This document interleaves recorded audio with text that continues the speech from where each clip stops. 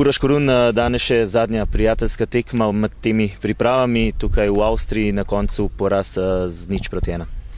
Ja, približujemo se koncu priprav, to je bila danes zadnja tekma. Še pokazala nekatere stvari, ki nam manjkajo, nekatere stvari, ki so dobre in zdaj imamo en teden časa, da se dobro spočijemo, dobro pripravimo na Olimpijo in začnemo prvenstvo.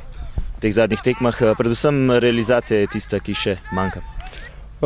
Ja, jaz mislim, da se bo to popravilo, dosti te stvari delamo na treningu, tudi trener ve, kaj nam manjka, tako da jaz mislim, da bo s več tekmami, da bo tudi to prišlo. Tako da nismo zaskrbljeni, dobro delamo in se veselimo prvenstva. Tudi danes je manjkalo nekaj, recimo temu, glavnih igralcev.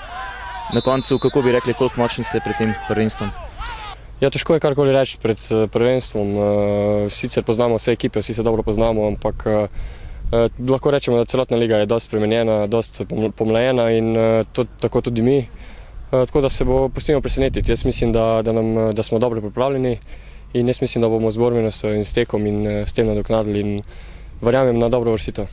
Še teden dni je do prvenstva, že kaj nestrpnosti v ekipi?